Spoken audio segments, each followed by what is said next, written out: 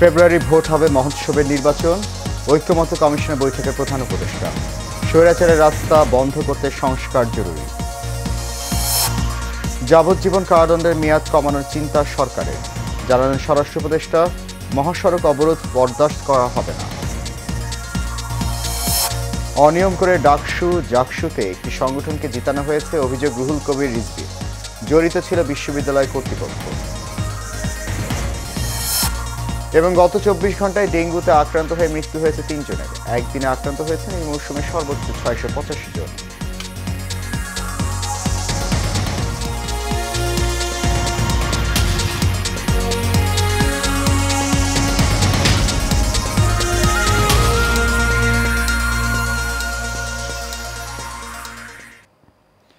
সবাইকে স্বাগত জানাচ্ছি এশিয়ান নিউজে। আপনাদের সাথে আছি আমি সৈয়দ মাহিউজ্জামান মুখর। শুনছেন বিআরবি কেবল ইন্ডাস্ট্রিজ লিমিটেড সংবাদ শিরোনাম। যাচ্ছি পুরো খবরে। অন্তর্বর্তী সরকার প্রধান উপদেষ্টা ডক্টর মোহাম্মদ ইউনূস বলেছেন, নতুন বাংলাদেশ তৈরি করতে সংস্কার নিয়ে সবাইকে সমঝোতায় আসতেই হবে। স্বৈরাচার আসার রাস্তা বন্ধ করতে চাইলে সংস্কার করা প্রয়োজন।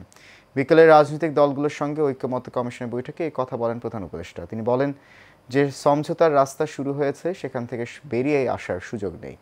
নতুন বাংলাদেশ তৈরি করতে হলে সমঝোতার মধ্যে দিয়েই করতে হবে। এমনকি আগামী ফেব্রুয়ারির প্রথমার্ধেই জাতীয় নির্বাচন হবে।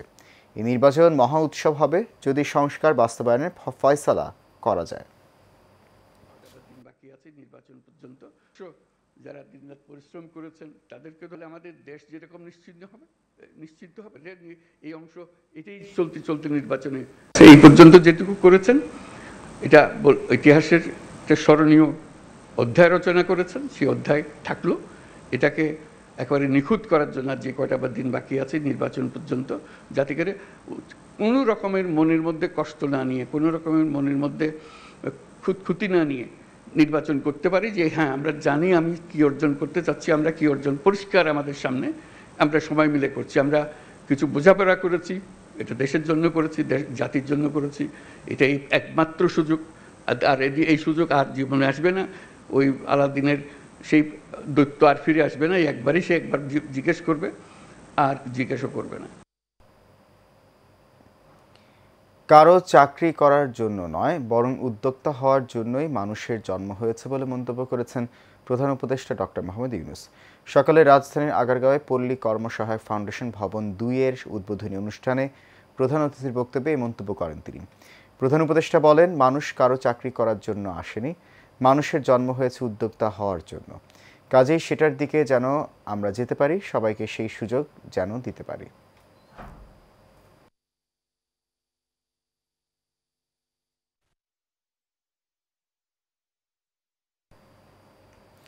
বেশি বয়স্ক বন্দীদের মুক্তির কথা বিবেচনায় রেখে সরকার যাবজ্জীবন কারাদণ্ডের মেয়াদ কমানোর চিন্তাভাবনা করছে বলে জানিয়েছেন স্বরাষ্ট্র উপদেষ্টা জাহাঙ্গীর আলম চৌধুরী।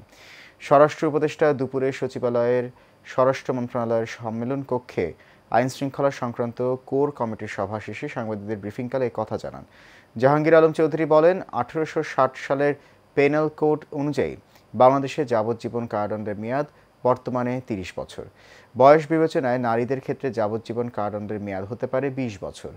পুরুষদের ক্ষেত্রে যাবজ্জীবন কারাদণ্ডের মেয়াদ আরেকটু বেশি হবে। তবে যাবজ্জীবন কারাদণ্ডের এই বিধান নির্ভর করবে সাজার সময়কালে আসামির বয়সের উপর। তবে এই বিধান এখনও চূড়ান্ত হয়নি। এই সময় সাংবাদিকদের অপর এক প্রশ্নের জবাবে স্বরাষ্ট্র উপদেষ্টা বলেন, জাতীয় মহাসড়ক অবরোধ করে স্থানীয় জনগণের আন্দোলন কোনোভাবেই কাম্য নয়। রাস্তা অবরোধ করে আন্দোলন আর কোনো অবস্থায় বরদাস্ত করা হবে না।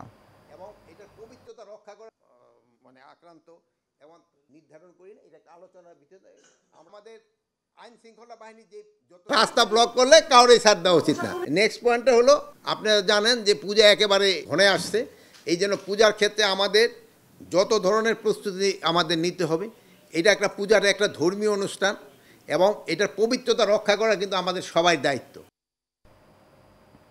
অনিয়ম জালিয়াতি করে বিশ্ববিদ্যালয় কর্তৃপক্ষ জাকসুতে একটি নির্দিষ্ট সংগঠনকে জয়ী করেছে বলে মন্তব্য করেছেন বিএনপির সিনিয়র যুগ্ম মহাসচিব রুহুল কবির রিজভী।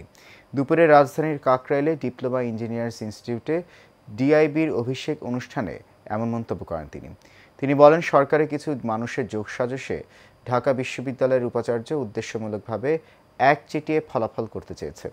প্রশ্ন তোলেন জাকসুর ব্যালট পেপার একটি দলের সঙ্গে সম্পৃক্ত ব্যক্তির প্রতিষ্ঠান থেকে ছাপানো নিয়ে। তিনি আরও বলেন, সরকারের একটি বড় অংশ জামাতকে পৃষ্ঠপোষকতা করছে। বিভিন্নভাবে ভণ্ডামি করেছেন, ছাত্রলীগের নেতা সেজে ক্যাম্পাসে অবস্থান করে হেলমেট পরে গণতান্ত্রিক কর্মী, ছাত্রদল সহ অন্যদেরকে আঘাত করেছেন।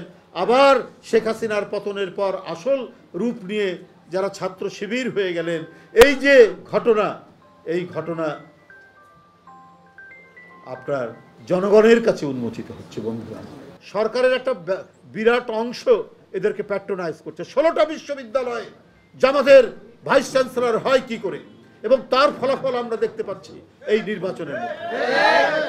16টা সরকারি বিশ্ববিদ্যালয়ে জামাতের ভাইস চ্যান্সেলর কি করে হতে পারে? গত 24 ঘন্টায় এডিস মশাবাহিত রোগ ডেঙ্গুতে আক্রান্ত হয়ে 3 জনের মৃত্যু হয়েছে। পাশাপাশি এই সময়ের মধ্যে আরও 685 জন ডেঙ্গু জ্বর নিয়ে হাসপাতালে ভর্তি হয়েছেন। রোববার স্বাস্থ্য অধিদপ্তরের হেলথ ইমার্জেন্সি অপারেশন সেন্টার ও কন্ট্রোল রুম থেকে পাঠানো প্রতিবেদনে তথ্য জানানো হয়।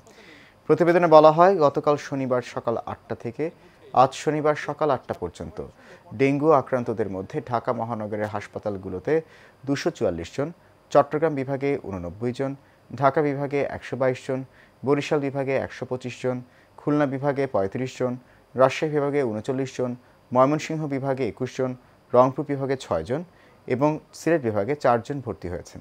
এই রোগটিতে আক্রান্ত হয়ে চলতি বছরে এখন পর্যন্ত 150 জনের মৃত্যু হয়েছে। এছাড়া এই বছর এখন পর্যন্ত ডেঙ্গুতে আক্রান্ত হয়ে 37,891 জন হাসপাতালে ভর্তি হয়েছেন।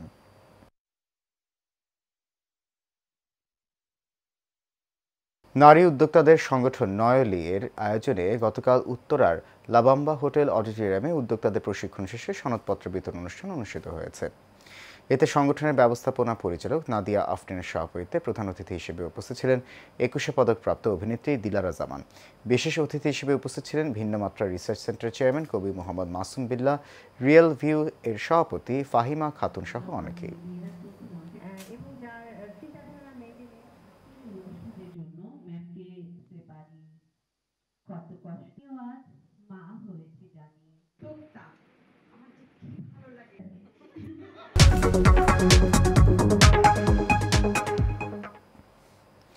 এবার বাণিজ্য সংবাদ।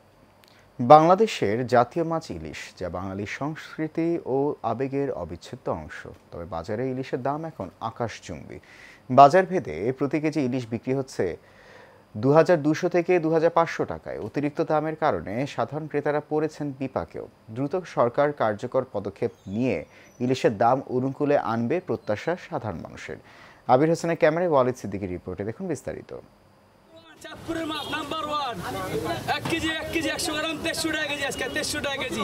বাঙালিদের আবেগের আরেক নাম ইলিশ। স্বাদ ও গন্ধে অতুলনীয় ইলিশ মাছ।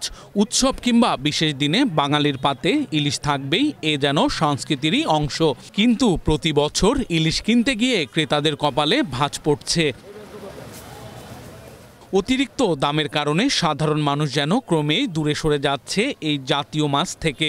সিন্ডিকেটের থাবা ও পরিবহন ব্যয় বৃদ্ধি সব মিলিয়েই বাজারে ইলিশের দাম অস্বাভাবিকভাবে বেড়ে গেছে। মাছটা অনেক সুস্বাদু, আর এটা আসলে সব সময় পাওয়া যায় না, একটা সার্টেন টাইমে পাওয়া যায়। আর বিশেষ করে এখন পূজার সময় প্রচুর মাছ ধরা পড়ে এবং বাইরেও চলে যায়, যেভাবেই হোক বাইরে চলে যায়। ইলিশের দাম হলো নদীতে হলো মাছ কম, আর কত হলো যেরকম মাছ আইতে আছে মাছের ভিতরে কোয়ালিটি আছে। নিম্ন ও মধ্যবিত্ত মানুষের মধ্যে ইলিশ নিয়ে হাহাকার। এই মৌসুমেও দামের কারণে অনেকের পাতে জোটেনি এক টুকরো ইলিশ। ইলিশ জাতীয় মাছ হলেও তা এখন ধনীদের মাছে রূপান্তরিত হয়েছে। দামটা অসহনীয়, যদিও এটা এত বেশি হওয়া উচিত না, যেটা আমাদের সাধারণ মানুষের নাগালে বাইরে চলে গেছে। আমরা যারা নাকি চাকরি করে খাই, আমাদের জন্য তো অসম্ভব। ইলিশ মাছটা তো আমাদের জাতীয় মাছ।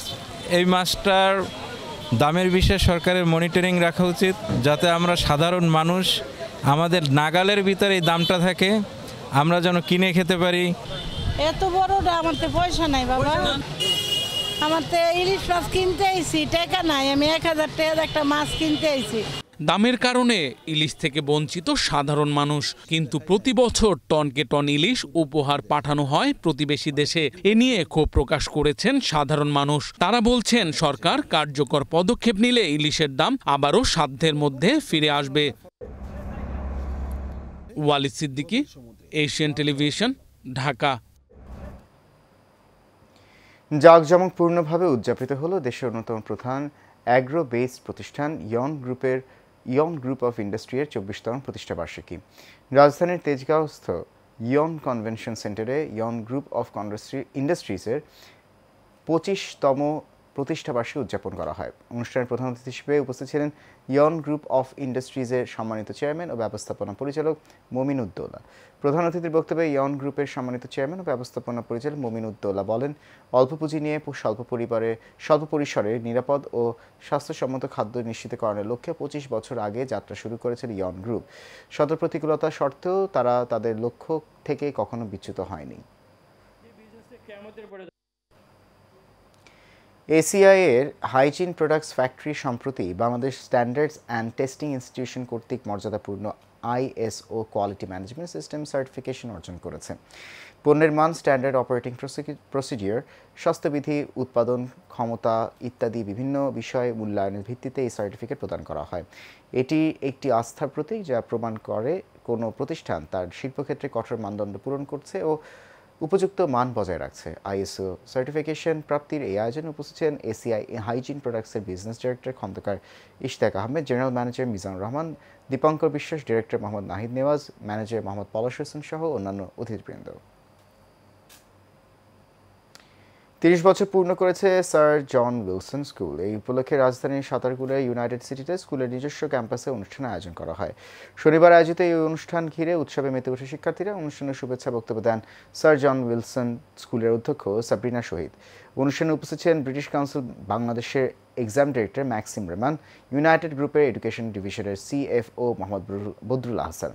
বক্তব্য শেষে সাংস্কৃতিক অনুষ্ঠানে অংশ নেয় প্রতিষ্ঠানের ক্ষুদে শিক্ষার্থীরা। নাচ গানে মুখরিত হয় প্রতিষ্ঠানের মিলনায়তন। রঙিন পোশাকে গান ও নাচের তালে তালে অনুষ্ঠান মাতিয়ে তোলে শিশুরা।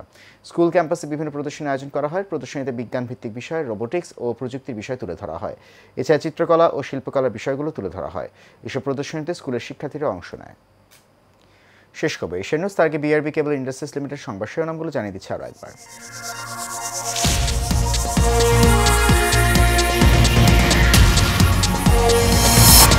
ফেব্রুয়ারি ভোট হবে মহোৎসবে নির্বাচন, ঐক্যমত্য কমিশনের বৈঠকের প্রধান উপদেষ্টা।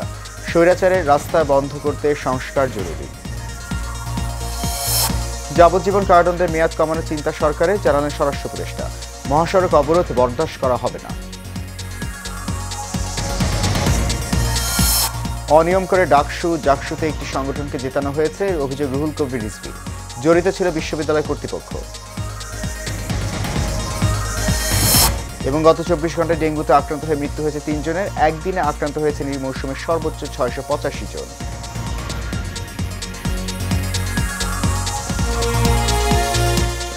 এশিয়ান নিউজ এ পর্যন্ত। আমাদের পরবর্তী সংবাদ দেখার আমন্ত্রণ রইল। আপনার সঙ্গে থাকার জন্য অনেক ধন্যবাদ।